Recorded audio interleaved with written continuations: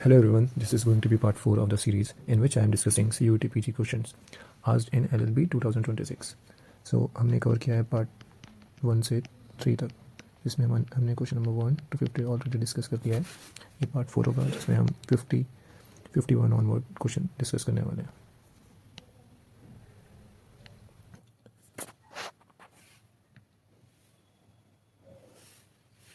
So question number 51. Two trains of a specific length pass each other in 15 seconds if they are heading in opposite direction.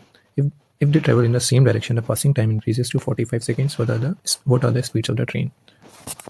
So for case 1 and case 2, ठीक है, case 1 में हम देखेंगे train जो है वो opposite direction में जा रही है, राइट, तब उन्हें टाइम लग रहा है 15 seconds. And in case 2 train same direction में जा रही है, उन्हें टाइम लग रहा है 45 सेकेंड्स। दोनों हम अज्यूम कर रहे थे कि दोनों ट्रेन की लेंथ एल है, बट स्पीड ऑब्वियसली सेम नहीं होगी। तो फर्स्ट ट्रेन की S1 मान लेते हैं, सेकंड की S2। सिमिलरली इस केस में भी S1 एंड S2। हमारे पास फॉर्मूला होता है time equals to distance upon में स्पीड, राइट। तो इस फॉर्मूले को हम यूज़ करके ये सॉल्व करने वाले हैं। तो फर्स्ट में देखेंगे तो हमें टाइम 15 सेकेंड लग रहा है, डिस्टेंस हमारा L प्लस L 2L हो जाएगा, स्पीड क्योंकि ऑपोजिट डायरेक्शन में जा रही है तो स्पीड एड अप हो जाएगी, राइट। इन सेकंड केस हम देखेंगे टाइम में बस 45 सेकंड्स है, डिस्टेंस हमारा इस केस में भी L प्लस L ही रहेगा, दोनों केसेस में 2L हो जाएगा, और स्पीड हमारे पास इस पर माइनस होगी क्योंकि सेम डायरेक्शन में जा रही है। तो हम जब इसे इक्वेट करेंगे, इक्वेशन नंबर 1 इक्वेशन नंबर 2, तो हम देखेंगे सॉल्व करेंगे तो इक्वेशन नंबर 1 हो जाएगी हमारे 15 S1 plus 15 S2 equals to 2L। And second हमारी हो जाएगी 45 S1 minus 45 S2 equals to 2L। क्योंकि यहाँ पे दोनों जगह 2L है, तो जैसे x plus y equals to 3 है तो a and a plus B equals to 3 है, तो we can say x plus y equals to a plus B, right. Similarly यही प्रॉपर्टी हम यहाँ पे यूज़ करने वाले हैं। तो यहाँ पे हो जाएगा हमारा 15 S1 plus 15 S2 equals to 45 S1 minus 45 S2, right. तो यहाँ से हमारे पास आ जाएगा, जब हम S1 को एक तरफ लेके जाएंगे एंड S2 को एक तरफ लेकर के आएंगे, तो 45 S1 माइनस 15 S1, यहाँ हो जाएगा हमारे पास 30 S1, राइट। और ये हो जाएगा 15 S2 प्लस इस तरफ आएगा प्लस 45 S2, ये हो जाएगा हमारे पास 16 S2। तो हम S1 अपॉन S2 निकालेंगे तो हमारे पास आ जाएगा 60 अपॉन में 30, which mean 2 upon 1, mean speed का जो रेशो आएगा हमारे पास 2:1 के रेशो में होना चाहिए। यहाँ हम एग्जैक्ट स्पीड नहीं निकाल सकते इस क्वेश्चन में, हमें इस मेथड से ही करना पड़ेगा क्योंकि हमें लेंथ नहीं दी हुई। जब तक लेंथ नहीं दी हुई तो हम बाकी जो दो वेरिएबल है उनको हम निकाल सकते हैं, क्योंकि इस इक्वेशन में, दोनों इक्वेशन में टोटल वेरिएबल 3 है और इक्वेशन हमारी 2 ही बन रही है, इसलिए हमें रिलेटिव स्पीड ही पता लग सकती है। तो 2:1 आ रहा है, तो ऑप्शन में देखेंगे तो ये नहीं है, ये भी नहीं है, ये भी नहीं है, 2:1 यही है हमारा, सॉरी हाँ 1:2 और 2:1 सेम चीज़ है, तो ये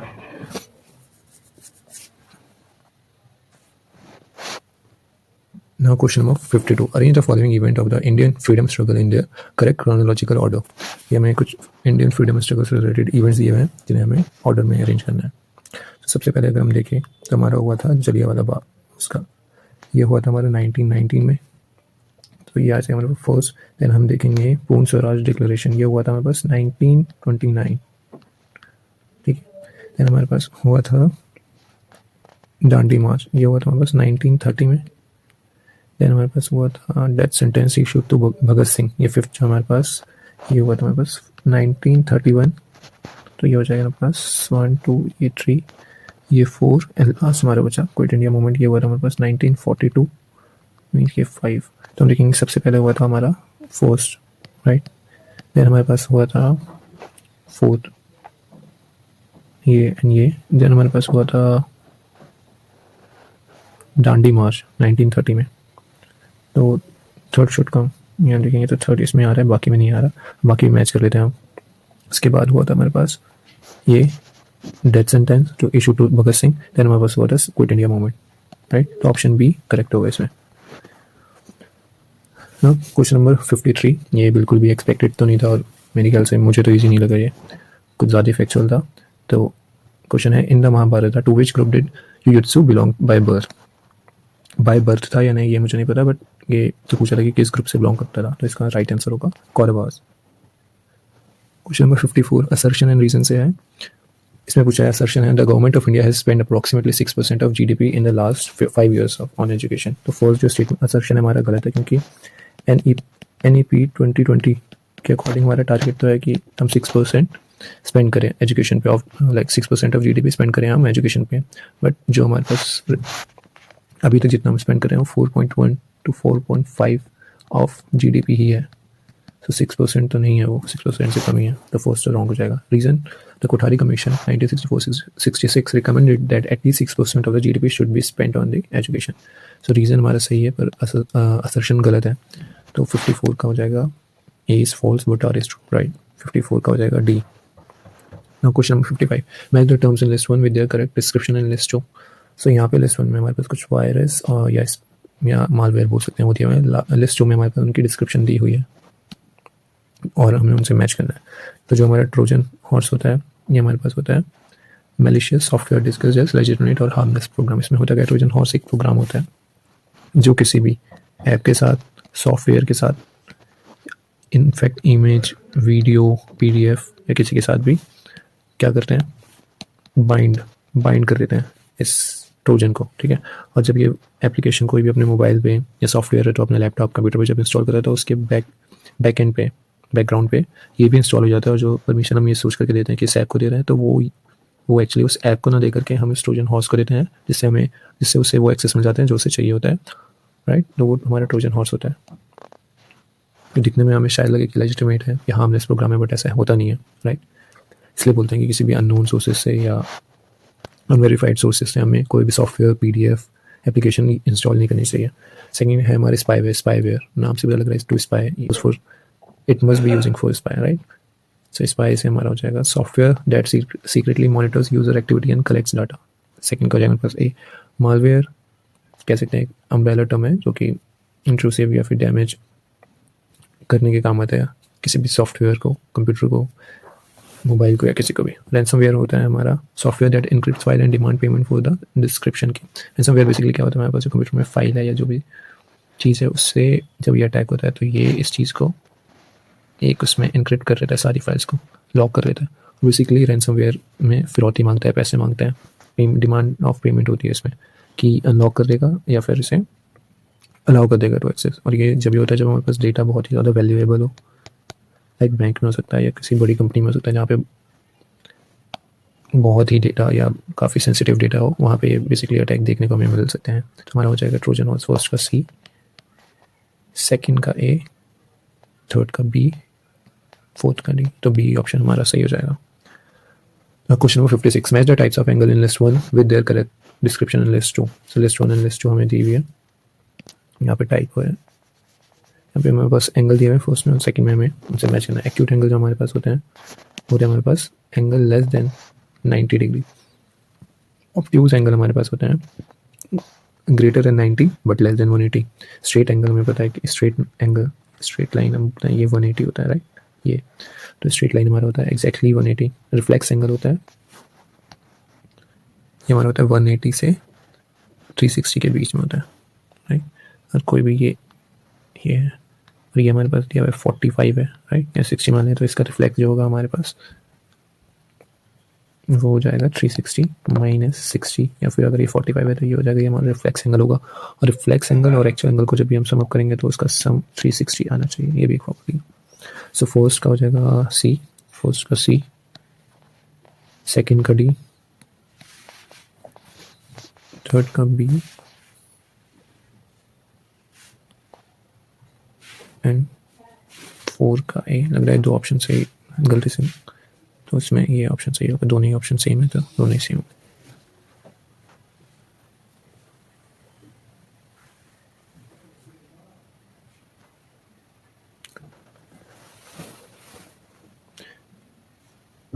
क्वेश्चन नंबर 57 ये हमारा ब्लड रिलेशन से है, ठीक है। इसमें दिया हमारा read the following codes carefully. A+B means A is mother of B, A*B means A is father of B, A divided by B, C is daughter of B, A-B equals to B हमारे पास दिया हुआ है। और इसमें हमें निकालना है in the expression P divided by Q equals to R, how is P related to R। तो how is P related to R हमें ये निकालना है। तो हम देखते हैं P divided by Q means P is daughter of Q। अगर हम ये देखेंगे कि P is daughter of Q, and Q is wife of R, and Q is wife of R. Then how P is related to R? तो Q की बेटी है P, and Q जो है वो R की वाइफ है, तो ये ऑब्वियसली उसकी डॉटर की हुई, तो ऑप्शन हो जाएगा बी। ना क्वेश्चन नंबर 58, ये हमारा है, कुछ स्टेटमेंट थी जिसमें मैथ्स के बेसिकली एरिया से रिलेटेड ही क्वेश्चन है, इसमें स्टेटमेंट है सारी, right. So put them, read the following statement regarding geometric shapes and their area. Square with the side 4 unit has an area of 16 square unit. जो square का जो area होता है वो हमारे पास होता है एल स्क्वायर या साइड स्क्वायर, राइट। तो हमारे पास 4 दिया हुआ है, 4 का स्क्वायर 16, राइट, तो ये सही है। सेकेंड है, circle with a radius of 7 unit has an area of approximately 154 square unit. Area of circle होता है हमारे पास पाई आर स्क्वायर, पाई 22/7 आर हो जाएगा हमारे पास 7 × 7, ये कट हो जाएगा, और जब हम 22 × 7 करेंगे तो ये हो जाएगा 154 square unit. Statement 3, right angle triangle with a base of 6 unit and height of 8 unit has an area. ये हमारे पास राइट एंगल ट्रायंगल है जिसका बेस 6 यूनिट है, हाइट 8 यूनिट है। इसका अगर हम एरिया निकालेंगे तो एरिया होता है इसका half into base into height, ये हो जाएगा हाफ इंटू 8 इंटू 6, ये हम करेंगे तो answer should be 24 unit, but यहाँ पे हमारा 48 यूनिट दिया हुआ है जो कि गलत है। फिर हम लिखा circle area is calculated using the formula 2πr, ये भी गलत है क्योंकि एरिया जो सर्कल का होता है वो हम पाई आर स्क्वायर से निकालते हैं, ना कि 2πr से। 2πr होता है हमारा सर्कमफेरेंस, राइट, ये जो लेंथ होती है हमारी वो होता है इसका। सो 1 और 2 ही सही होंगे बस इसमें। तो question number 59, complete the following series by choosing the correct set of letters from the option. तो ये हमारा एग्जैक्ट तो नहीं था बट ऐसे सिमिलर था। अगर हम इसमें देखें तो बस कितने लेटर्स हैं, 1 2 3 4 5 6 7 8 9 10 11 12 13 14 15 16 17 18, टोटल 18। तो या तो ये हो सकता है कि 2 में रिपीट करे, बट 2 में रिपीट नहीं कर रहे हैं, राइट, क्योंकि इसमें काफ़ी सारे अल्फ़ाबेट्स हैं, और 2 में तो नहीं हो सकता। उसके बाद 3 में देखेंगे तो 3 देखेंगे तो 3 × 6, मतलब 3 का अगर हम पेयर बनाएंगे देखेंगे तब भी नहीं हो रहा क्योंकि यहाँ पे चेंज हो रहा है। 4 का होगा नहीं, 5 का भी नहीं होगा, लास्ट का होगा 6 के पेयर हम देखते हैं। 6 के पेयर हो जाएंगे ये, देन ये। तो हम देखते हैं, हम यहाँ पे दिख रहा है हमें पी, यहाँ पे पी, यहाँ पे पी, तो यहाँ पे भी आ जाएगा पी, यहाँ पे भी पी। लास्ट SRT है, यहाँ पे भी SRT है, तो यहाँ पे भी SRT हो जाएगा। तो यहाँ पे हमें ये नहीं पता, ये नहीं पता, ये नहीं पता, तो ऑप्शन देखते हैं। लास्ट से हमारा होगा R, ठीक है, ये सेकेंड, उसके बाद होना चाहिए हमारे पास, ये पता नहीं हमें, फिर हमारे पास पता है P होना चाहिए, तो यहाँ पे होना चाहिए P and P, okay. Then उसके बाद होना चाहिए मेरे पास, फिर से नहीं पता, फिर उसके बाद P होना चाहिए।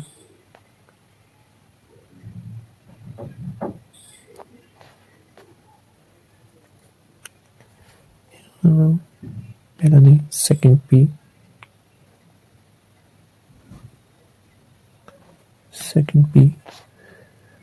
नहीं पता। देन उसके बाद 1 2 3 4 भी हमारा P होना चाहिए, 4th P। मेरे ख्याल से यहाँ कुछ तो गड़बड़ी हो रही है क्योंकि यहाँ पे पेजेस 6 हैं और ऑप्शन में सिर्फ 4 ही, मतलब 5 ही कैरेक्टर्स हैं। तो यहाँ पे देखते हैं SRT, यहाँ पे भी SRT होना चाहिए, तो यहाँ PP, यहाँ पे भी PP, यहाँ पे भी PP होना चाहिए, तो PP यहाँ पे R हम देखते हैं, PP R ये होना चाहिए। तो हमारा ऑप्शन होना चाहिए P R,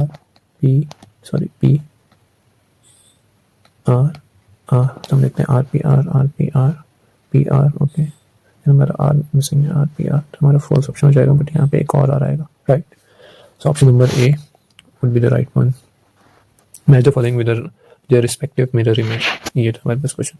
तो ये जो हमारे पास क्वेश्चन है इसमें हमें इसके जो लिस्ट 2 दी हुई है उसमें हमें उसके मिरर इमेज से मैच करना है। ऐसे क्वेश्चन में हम क्या करते हैं, मिरर इमेज बेसिकली ये होता है, और ऐसे करके अगर हम देखेंगे तो जो उसका रिफ्लेक्शन अब इस साइड होगा वो ही इसका राइट आंसर होना चाहिए, राइट। सबसे पहले इसमें हम लास्ट का देखते हैं, P है तो इस तरफ भी P होना चाहिए, तो P हमारा सिर्फ इसमें P के बाद O, then T, then S, तो ये हो जाएगा हमारा A का 4, देन POTS S होना चाहिए, तो S 2 में है इधर। उसके बाद सेकंड लेटर देखेंगे तो T है, तो S के बाद T, तो ये हो जाएगा बस इसके साथ। देन इसमें अगेन T देखेंगे, then O, then P, TOPS, then TOPS यहाँ देखेंगे तो S, एक ही ऑप्शन बचा, ये हो जाएगा। तो फर्स्ट का हो जाएगा बस 4, फर्स्ट का D, सेकंड का A, थर्ड का B, एंड फोर्थ का सी, तो डी ऑप्शन करेक्ट हो जाएगा बस। ये हमारा question number 61 synonym for eternal. Eternal means होता है for ever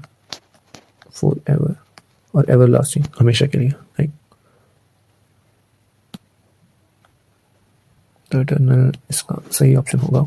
ever lasting temporary होता है, very short period of time, brief होता है, वो भी कम होता है। डिस्क्रिप्शन फ्रेजाइल होता है हमारे पास, नाजुक, राइट। तो करेक्ट ऑप्शन होगा हमारे पास option number B. Question number 62। So question number 62 है हमारे पास इमेज सीरीज का। अगर हम देखेंगे इसमें क्या पैटर्न फॉलो होता है, तो हमें बस चार इमेजेस दी हुई है, तो हमें फोर्थ बतानी है, राइट। तो हम देखेंगे तो इसमें चारों कॉर्नर पे एक साइन है, राइट। सेंटर में कोई फिगर है, तो उससे से हमें पैटर्न निकालना है। तो हम देखेंगे तो यहाँ पे स्टार है, देन स्टार यहाँ है, देन स्टार यहाँ है, ओके। यहाँ पे एट यहाँ है, एट ऊपर आया, देन इधर आया, तो ये कुछ इस तरह से जा रहा है, राइट।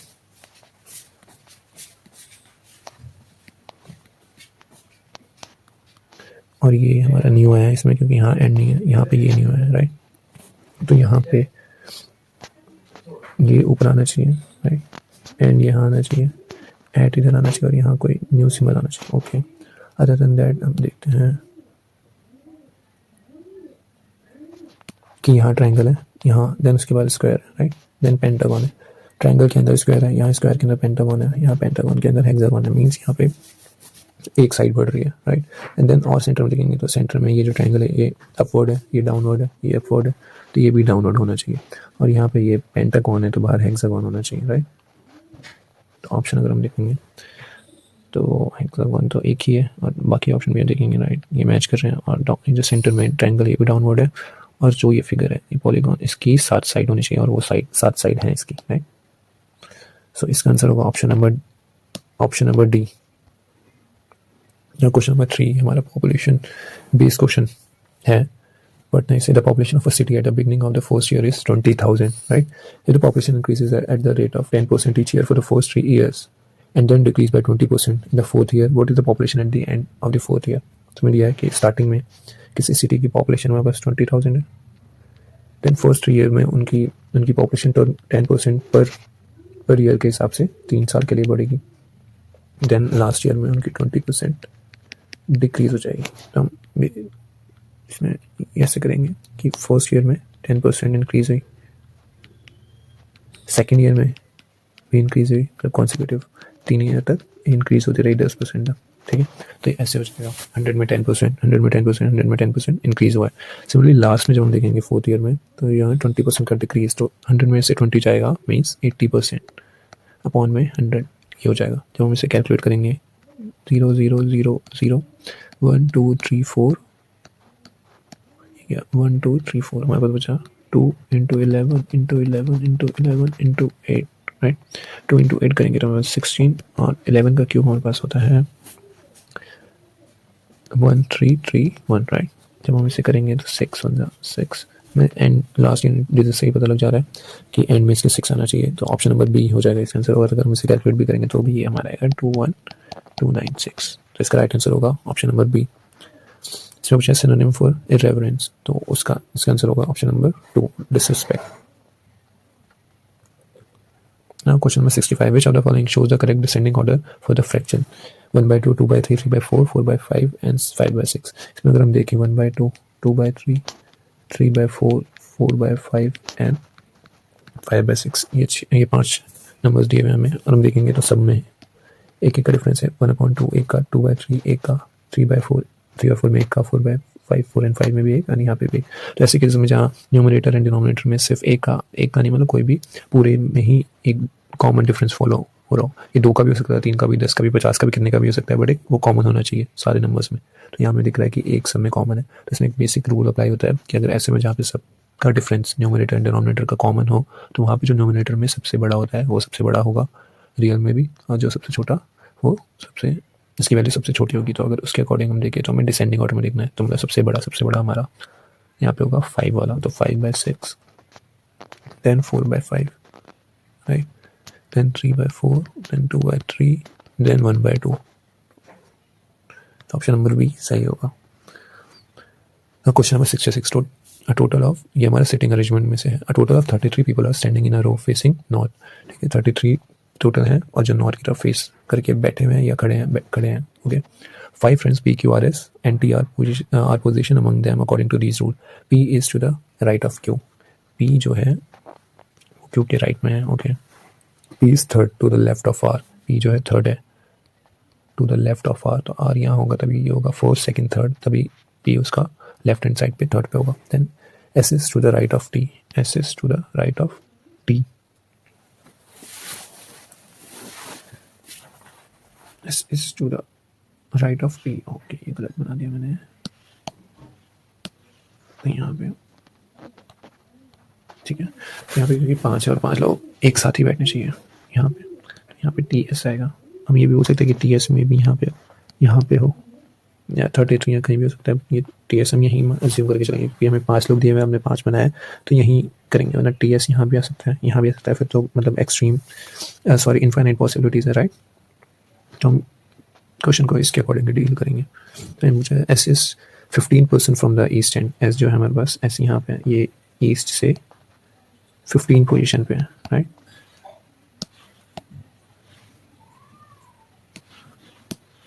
ये ईस्ट से 15 पोजीशन पे है, तो पूछा गया है what is the position of Q from the west. तो Q की पोजीशन क्या है वेस्ट से, अगर ये 15 है तो T होगा 16, ये होगा P होगा 17 राइट। तो अगर हम देखें यहाँ तक हमारे पास 17 है इस एंड से, टोटल हमारे पास 33 है, तो Q की पोजीशन क्या होगी, तो हम कर सकते हैं टोटल हमारे पास 33 है, Q से आगे तक लाइक ये जो उसके राइट साइड में जितने भी उनको माइनस करेंगे तो Q की पोजीशन आ जाएगी -17 करेंगे तो हमारे पास 16 राइट। तो ऑप्शन हो जाएगा इसका ऑप्शन नंबर B 16। नो इस यहाँ तक मेरे पास जो भी क्वेश्चन थे उसका डेटा था उसके आसपास था, बट इसके आगे जो है वो मैंने काफ़ी ट्राई किया, बट ये एक क्वेश्चन था जिसके अंदर ये एक सर्कल दिया हुआ था, उसके 4 क्वार्टर में अलग अलग नंबर थे और यहाँ अलग अलग कहीं वी था, डू था, ऐसे ऐसे करके अलग अलग कुछ तो पैटर्न बन रहा था।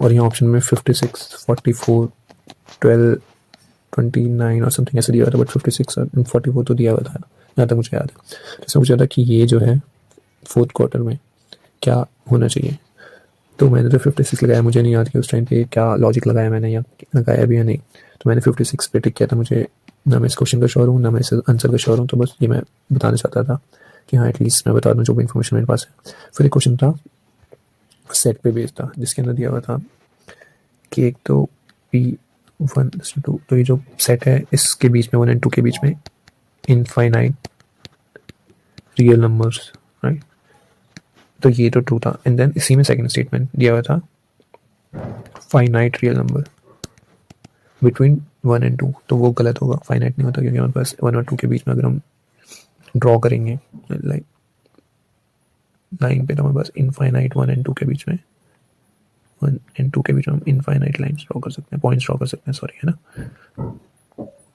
तो इसलिए फाइनाइट तो गलत होगा। एंड देन हमारे पास 2 सेट दिए हुए थे, एक P1 2 3 4 5 एंड इसी में दिया और हमारे पास Q और उसमें एलिमेंट्स थे सेम थे बट अलग 1 2 3 4 5 ऐसे दिया हुआ था, लाइक सेम एलिमेंट थे बट उनको अरेंज थोड़ा अलग डिफरेंट वे में किया होता है। तो इसमें बोला था कि वो इक्वल सेट है क्या, तो यस ये P&Q इक्वल सेट है, ऑल्दो इनके एलिमेंट्स जो अरेंज सिमिलर नहीं है बट स्टिल क्योंकि नंबर ऑफ टाइप जो एलिमेंट्स हैं और जो टोटल नंबर ऑफ एलिमेंट्स वो दोनों ही सेम है, तो P&Q इक्वल सेट होंगे।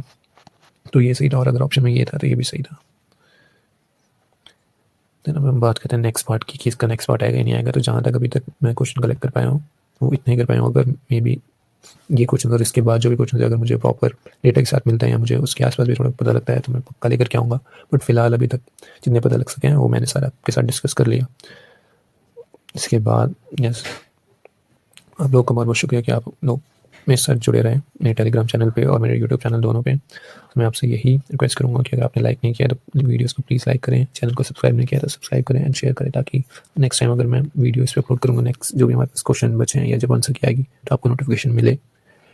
प्लस जब आप लाइक करेंगे तो मुझे भी पता लगेगा कि हाँ आप जो मैं कंटेंट बना रहा हूँ वो यूज़फुल है या नहीं है। ओके, तो thank you so much for your time, take care, bye bye.